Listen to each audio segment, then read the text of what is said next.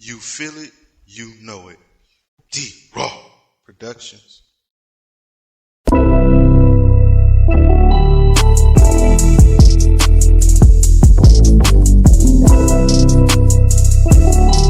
Houston Sports Connoisseurs brought to you by D Raww. What's up, people? It's your boy D Raww coming to you with another episode of the HSC. C Ricks, let them know what it do. C Ricks! Ricks on the mic. What's going on? Just happy to be here. You know that, baby. Hey, I had to call you on my way to work to let you know it's serious out here in the NFL. Hey, Boys it's a lot of things going on, bro. A lot. Hey, we might as well jump right into. Oh, matter of fact, first off, let me say congratulations to all the Dodgers fans. They got them another one back to back. No. The Blue Jays just blew that whole entire game. That was the most disgusting game 7 I ever seen in my life, bro. I ain't gonna lie, bro. Bad ones. I was really disappointed in them boys, bro. I thought they was gonna, take it home, dog. I was really cheering for George Springer, man, but he choked when I needed him to get that hit. The pitching staff choked everything, bro. Even Vlad choked, and that ain't even like him. Well, you know what? I ain't gonna say he choked because he did get that last hit for them, bro. Just nobody else could really, thrive against Yamamoto, however you say his name. He tore their ass up. Hey, bro, honestly, he better than Clayton Kershaw and Shohei Ohtani. I'm talking about every game he pitched, he was lights out. Hell yeah. But let's get into the real shit. NFL trade deadline, bro. Some big moves out there. Your squad, they got Jacoby Myers. He's now a Jaguar. He finally forced his way out of Vegas. Hey, he how you feel about that? He didn't force himself into a better situation, though.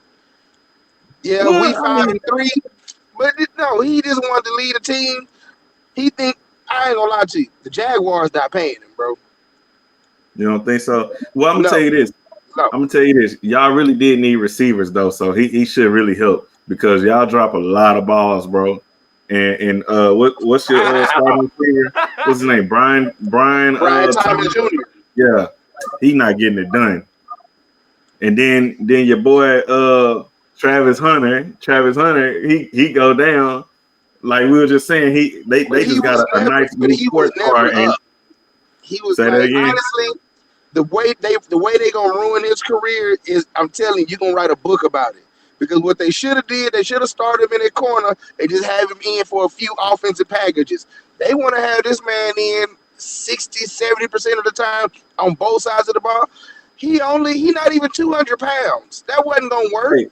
Hey, that's why I said I didn't really see a lot of success coming from Travis Hunter. But honestly, bro, can you blame him or can you blame the organization? Because he was the main one pushing for all them plays on both sides of the ball, saying that he can do it in the NFL and all that. And people kept saying, Hall of Famers kept saying, like, man, you cannot do that. You're going to have to stick to one side of the ball. But he believed he could prove everybody wrong, bro. And now look at him in his rookie season.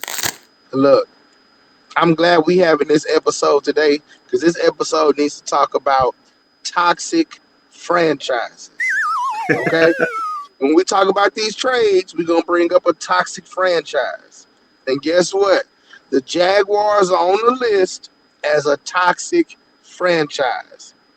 They don't know how to properly develop players, and it shows each and every year. Like, the only one that actually beat expectations is Josh Allen. He the only one that beat expectations. Yeah. Travis Hunter he probably won't live up to it. What's the quarterback? Trevor Lawrence. He will not live up to it. Trayvon Walker will not live. Yeah, but he's not good for $275 million, bro. I need you to take me to the promised land of $275 million. And Joe Burrow got an excuse. He get hurt every year. But the talent is there. Trevor Lawrence, he is there every year, and we have gotten no better. It's not worth it. You can't be. Hey, look, you can't be mad at the man if his receivers keep dropping the ball. He putting the ball on the spot, bro. But the point is, though, you throwing me the ball 20 times a game in triple coverage. What do you want me to do? Yeah, that's What do you true. want me to do? So, like, look, like, you want me to just come out here and jump over people like I'm fucking Megatron? No, I'm not doing that. Yeah. I'm not doing that. I'm not built like AJ Brown. I'm not built like DK Metcalf. I'm not that kind of physical receiver. Can you throw the ball to me when I'm open? How about let's try that for once? Well, look, hey, what you think? Quentin Williams, Logan Wilson, the Cowboys trying to beef up that defense to add on to a already talented offense. Do you think they can turn their season around? Yes, because number one, they play in a weak division. The only team that's left is the Eagles. So you already know they're gonna get in the playoffs just by default. Because Jaden Daniels is done for the year. The Giants never started, so they're done. As soon as they lost Cam Skatebo, that was it. All the offense is done because now you're putting all this pressure on Jackson Dart. He's a rookie. Let that shit go. He's done. They got a lot of pressure. The Cowboys now have put themselves in a position where they can at least finish like, I want to say, maybe like 10-6-1 or 9-7-1. That's still good enough to get them into the playoffs. Yeah. On that side of the ball. Yeah, you probably hit it right on the nose, bro. Like 10 wins, I could see them doing it, you know, with that offense, especially if they can stay consistent. And now you got two players stepping in that's going to be impact players. Plus, you might get Overshown back. So, you know, your linebacker core is going to look solid. If they can get some stops, make a couple turnovers throughout the season, Cowboys might actually be a playoff team now for sure. Yeah, they just needed those corners to step up. Like their corners only had like one good game, and that was against the Commanders. But at the same time too, though, they had nobody pressuring the quarterback, so they out there just running ragged. They was tired. Yeah. Now their corners not healthy either. So hopefully, they get them back. You know, if they get everybody healthy, they making a damn good run. And I hate to say that about the Cowboys. Now, how far they go in the playoffs, I don't know, but they will make a damn good run. Yeah. Well, look, the biggest trade of the week was Sauce Gardner going to the Colts, leaving the Jets. That's another Jets player gone at that. And the Colts giving up 2 first-round picks. How you feel about that, bro? Well, I don't even know where you want me to start at with this one because I'm trying to figure out what is the Jets' game plan. Yeah, they got all these first-round picks, but they're not valuable until 2027. That's true. Like, what are we doing? The Jets is in rebuild mode. What? No.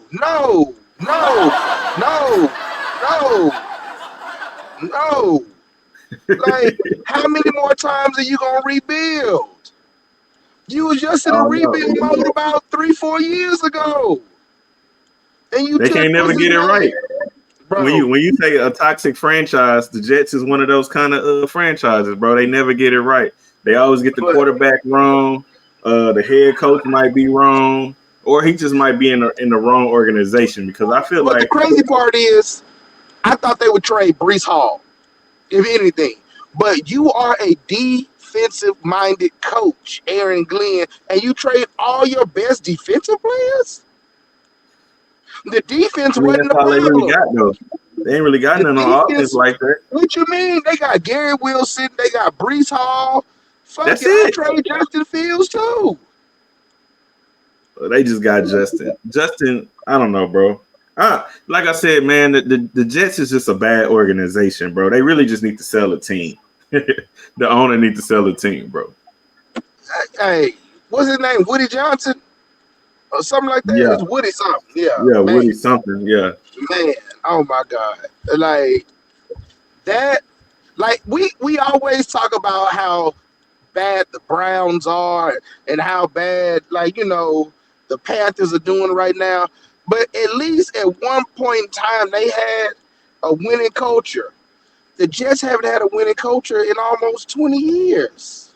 20 years. And then it's like they always want to tear it down, rebuild it, tear it down, rebuild it. But it's like, are you building the roof first? Because you're not starting at the foundation. Like now, they not build. we They gotta not wait till building nothing, bro. 2027. They Now not we gotta wait building till nothing. 2027. And it doesn't make sense to me, bro. Like when I read that trade, I just got an instant migraine because I'm like, you traded Sauce. Sauce not even 25 yet. Yeah. Like, now Quentin Williams, I But probably but understand. I'm He probably just gonna tell upset you, and ready to go. bro. Sawston been through the ups and downs. Quentin Williams has too, bro. From they little success that they had being a Jet until now, and I'm pretty sure both of them was just crying to get out, bro. And they finally got out. That's really what it came to. Hey, but look, I forgot to mention Philadelphia made a couple trades too. Jair Alexander and Jalen Phillips. So they beefing up too. Philly going all in. So looking at the NFL, nobody's really dominant right now. Philly was, looking dominant in the beginning, but they kind of tapered off. But now they might be able to insert themselves again. You think these two players can really get Philly back to the Super Bowl? Yes, yeah. Because let's look at it. Let's be honest. Let's be honest. Who do you see in the NFC challenging them? That's a really, tough question. you can only say the Lions or Packers. And then the way Jordan Love playing right now, you can't really say the Packers right now. They just lost to the Panthers. Yeah, and didn't the Lions lose too, right? Yeah, they lost to Minnesota. But Minnesota has a very stingy defense, and J.J. McCarthy. I'm not making excuses. I'm really not. But those are the only two teams where you can say the Rams, but the Rams is like up and down too. I ain't gonna lie, the Rams do have a better offense than most teams, though. I will say that they do have a really good offense. So that's the only thing I feel like that'll keep them in a lot of games. The defense is really up and down, but the offense is stagnant. We do got Tampa though. I'm not on that Baker Mayfield bandwagon. I'm not saying he's the problem. I'm just saying there's too many injuries around him to force him to try to make him do like a whole bunch of miracle stuff that I don't believe he should be doing. That's true. If they didn't make that trade for AJ Brown, they finna have a real bad season because he don't have no receivers right now. Yeah. And you see how he played when he don't have no receivers. He be out there throwing the miracle balls. Nobody's gonna catch those. Hey, my boy said he was having an MVP season, so he on, man, right now. Okay. But we'll see though. We'll see. Other than that, man, let's talk about this Texans and Jags game, bro. You being a Jag fan, me being a Texan fan. I know you already riding with your Jags. Davis Mills gonna be starting again. Yeah, that's why I'm riding with him. Because it's not the fact that I'm a bad man, it's the fact that I'm a smart man. Davis Mills is good for what he is. He's a serviceable quarterback. He is. Yeah. And he showed at the same time more last week. Yeah, he's not a game changer. None whatsoever. He's not a game changer. And because of that, that means he's just gonna take his standard progressions. He's gonna do some weak check downs. He's not really gonna pay attention. Bro, the ball finna go to Nico Collins at least 94% of the time. Hey, he was definitely trying to force it against the Broncos, bro. Yeah. And it's not even out of desperation, it's the fact that that's the only thing that he knows. True. And that's probably one of the only players he really got chemistry with. But hopefully he built a little chemistry over this week, and we can go in there with a fight. I mean, the defense. With them first team reps, he got to do something. Hey, but I'm gonna tell you the issue with the Texans. The Texans just got to get that run game going. That's why I feel like they need to start starting the rookie. Like they keep playing with Nick Chubb, bro. Nick Chubb is a car that's got 4 flats. It's still gonna roll, but it ain't rolling like you think. I mean, hey, he got a V12 in there. Yeah, but guess what? If the tire's flat, all you doing is just tearing that shit up.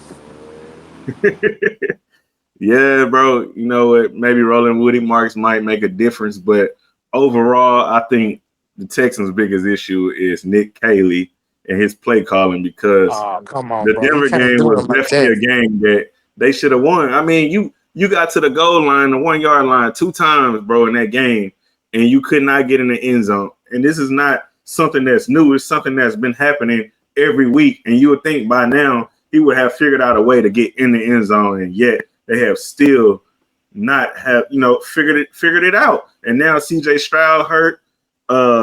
Davis Mills, the starting quarterback, he's limited. Like you said, he's going to do a lot of check downs and stuff like that. He's not really going to stretch the field. He's not really going to get out the pocket when he need to. It's just, I don't know.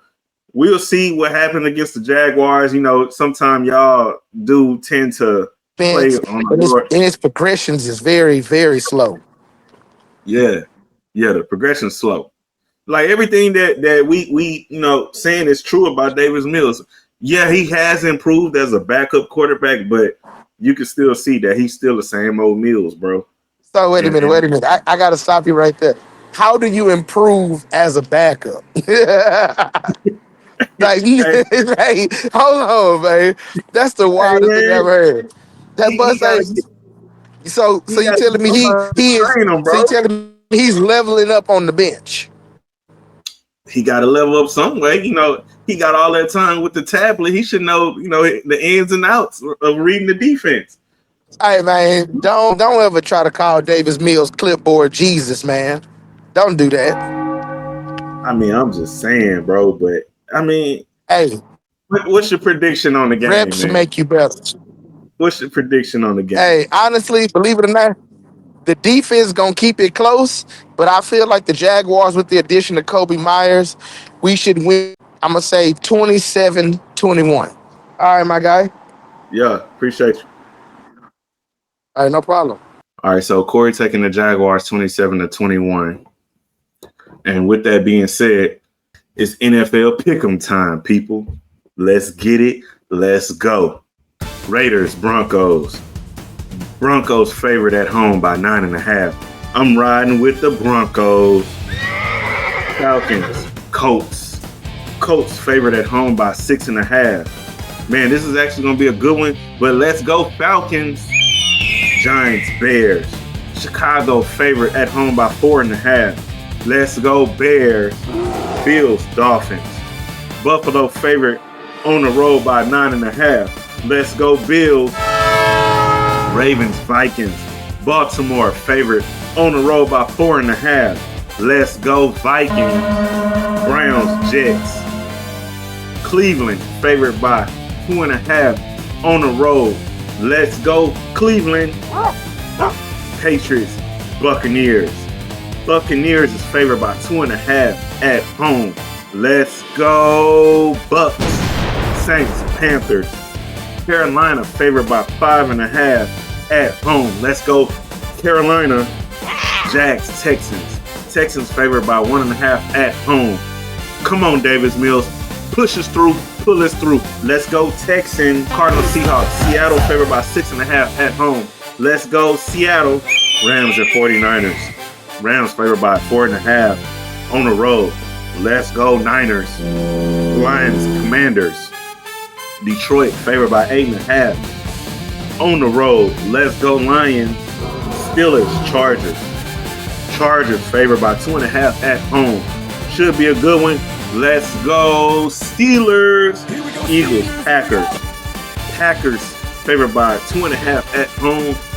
Let's go Packers. Go Pack, go!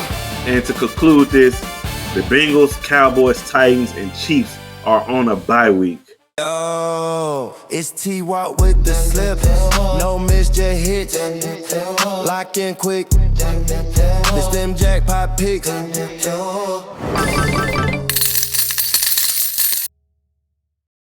People, what it do? It's T-Walk on another Jackpot Picks. Picks always gonna hit. Picks always gonna hit. It's gonna hit. They gonna hit. They gonna hit. Well, tell us about your picks, man. What you got? All right. So for Sunday's pick, we got Jacksonville versus Houston. No, you know how I feel about that, but You know what? I'm taking Trevor Lawrence 203 yards over Houston. Why? Houston defense. Houston don't have offense. We don't know what the offense is gonna look like next game. And if they ain't got Point there. offense, they're gonna be off the field fast. More yards he can throw. I'm taking him on over. Okay. Chicago versus New York Giants. Well, yeah, New York Giants. DeAndre Swift, 16.5 yards. I'm taking that. I take That that. one gonna be tough. I take it. Chicago doing okay. I take it. It ain't that bad. I take that. Okay. Okay. We got Minnesota versus Baltimore. I got Justin Jefferson for 75.5 yards. Very possible. Like he's one of the top 3 receivers in the league. Baltimore defense not good in injuries. I take it. Got a point there. That one might actually be a successful pick, Yeah, believe it or not. I like it. I Sound get like it. some picks don't hit. I get it. I get it at a 90% hit. Yeah, for sure. I honestly, bro, out of all of them, I think the Trevor Lawrence one might be the most questionable one because you never know what you're gonna get out of Trevor Lawrence. But like you said, you know what I'm saying, looking at Houston's situation, Davis Mills is gonna be the starting quarterback again.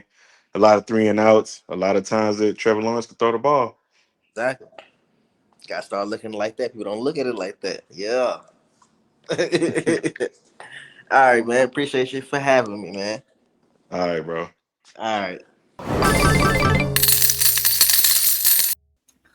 Looking at college football, man, I just want to talk about the college football rankings and my Houston Cougars. It is really interesting to see teams located where they're at for the CFP. The Texas Longhorns at number 11 after having a terrible start to the season, coming from number 1 to not being ranked to being ranked again, now being number 11. Very impressive to see the Longhorns at number 11.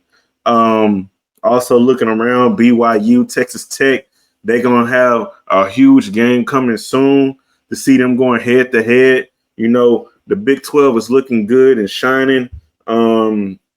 Miami's still number 18 after falling to SMU. Pretty surprising, and not to see SMU in the top 25 of the CFP or the AP polls is pretty crazy as well after being 6-2. But I know it's all based off strength of schedule and things like that.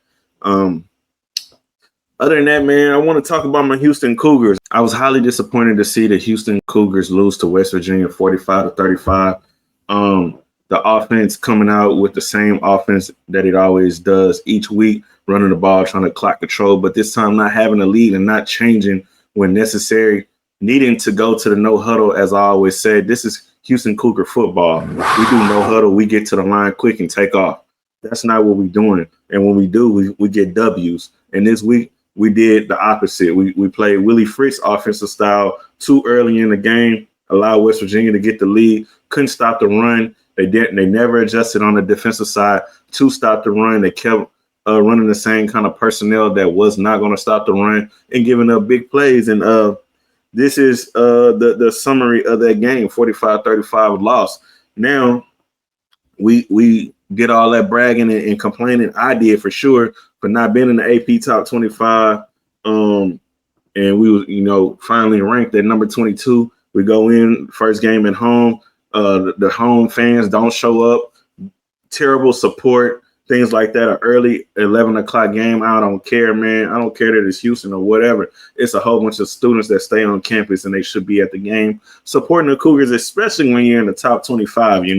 Very disappointing. But me for sure, I'm gonna get to one of these last 3 games: UCF, TCU, and Baylor. So it's gonna have to be TCU. I mean, we got them at home. But the next game is against UCF. I know Houston had a lot, hanging on their shoulders from the locker room, from Coach Hester to former player McVay, the first black player to ever get a scholarship at a major Texas university. That's crazy, man. A lot of history right there. And to be honest, that should have been something that should have really been talked about on TV as well. Not just Coach Hester and his fight against cancer, but even just the fight that this black man had to go through to even be the first All-American black player to even get a scholarship to a major Texas university, which would be Houston. That is amazing, bro. But anyways, man, and neither here or there, both things is pretty interesting, and both things can hang on the locker room for sure. And it would have been very nice to see Houston go out in all black and get that victory. But it seemed like this season is the year where rather you wear blue, black, or any color that's not really associated with the program, they don't play well. So hopefully the next 3 games, man, we take care of business. Houston go 10-2, and that would definitely put them in position to go to the Big 12 championship and make history and win the Big 12 and possibly get into the tournament. Well, there's no possibly about it. The at-large bid would put them into the tournament.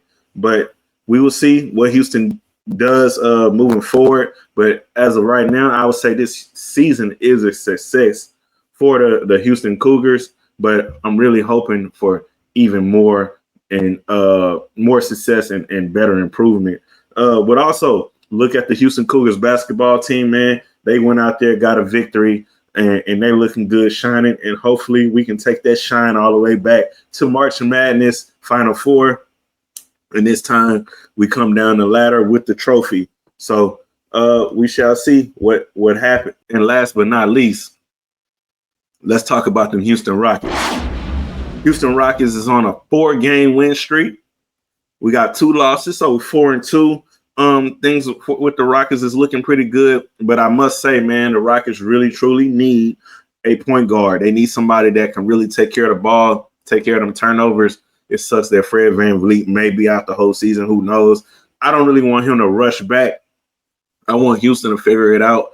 I know one thing for sure. Reed Shepherd is not the answer as the starting point guard position. Not this year, maybe next year. I don't know. But he's had some time to develop. And sometimes, man, Sengun got to step up. I don't know what he was doing in the offseason, but he has not hit any weights. And you can definitely see the struggle on his face when he's trying to back somebody down or when he's trying to run down court and take off, and he's just not leaping that high off the ground. It's really disappointing. But to say the best things about him, man, Sengun is a skillful player. He's gotten better. Durant is looking damn good. Thompson is shining. And this Rockets team can really go far. But we're going to see how Sengun go throughout this season, what the Rockets decide to do about this point guard position, because I feel like for us to really thrive and go deep into the playoffs, we're really going to need a veteran point guard to really move that ball and take control. But, Ja Morant is available. Nobody's really trying to make the trade for him. But honestly, bro, I feel like Ja Morant would be the perfect trade for the Houston Rockets. He would put them right where they need to be, and it'll be a lot of success, man. Other than that, Memphis, San Antonio, Milwaukee are the 3 next games. Hopefully, next time I hop back on the pod, the Rockets is 7-2, and they're on a 7-game win streak. Other than that, people, don't forget to like and subscribe and show love to the podcast. Check out my book, The Little Blue Man from the Cosmos. The link is down in the description. And also, I got an album, baby. Here goes a song for you right now. From Cream to Dreams. Cookies, let's get it. No pie. Just give me that cream. Yeah. Woo. That's cream, baby. Oh, yeah. Ice cream, baby. Mm-hmm. Vanilla cream, baby. So sweet. You got every flavor above. That's cream.